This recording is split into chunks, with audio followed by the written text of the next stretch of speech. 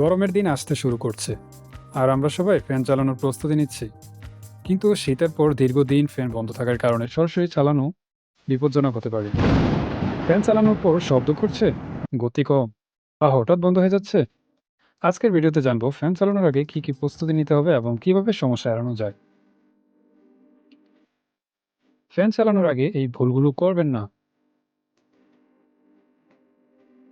Fan চালানোর আগে করণীয়: প্রথমেই ফ্যানের ব্লেড প্রচুর ধুলো জমে থাকতে পারে, যা বাতাসের সঙ্গে আমাদের শ্বাসযন্ত্রে প্রবেশ করতে পারে। তাই প্রথম কাজ হলো ফ্যান ভালোভাবে পরিষ্কার করা।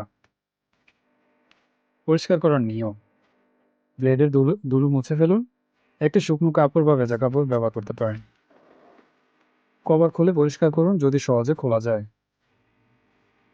বেয়ারিং চেক করুন, হাত দিয়ে ব্লেড ঘুরিয়ে দেখুন।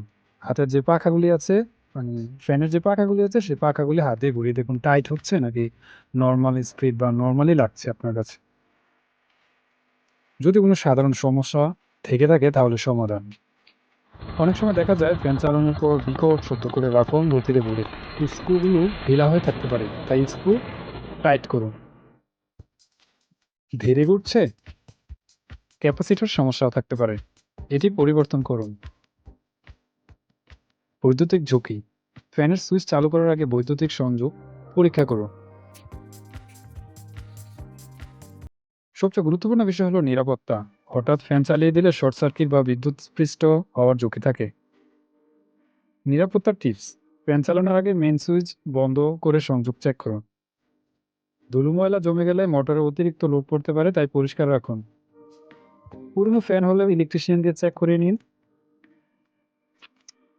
এই বিষয়গুলো আপনারা এই ছোট ছোট বিষয়গুলোর প্রতি খেয়াল রাখলে আপনি গরমের শুরুতে ঝামেলামুক্ত থাকতে পারবেন। আপনার ফ্যান চালানোর আগে কি কোনো সমস্যা হয়েছে? কমেন্টের মাধ্যমে জানিয়ে দিন। ভিডিওটি যদি ভালো লাগে তাহলে লাইক, শেয়ার এবং স্মার্ট সলিউশন ইসমাইল চ্যানেলটি সাবস্ক্রাইব করতে ভুলবেন না। আপনার ইলেকট্রিক্যাল সমস্যার সহজ সমাধান। আসসালামু আলাইকুম।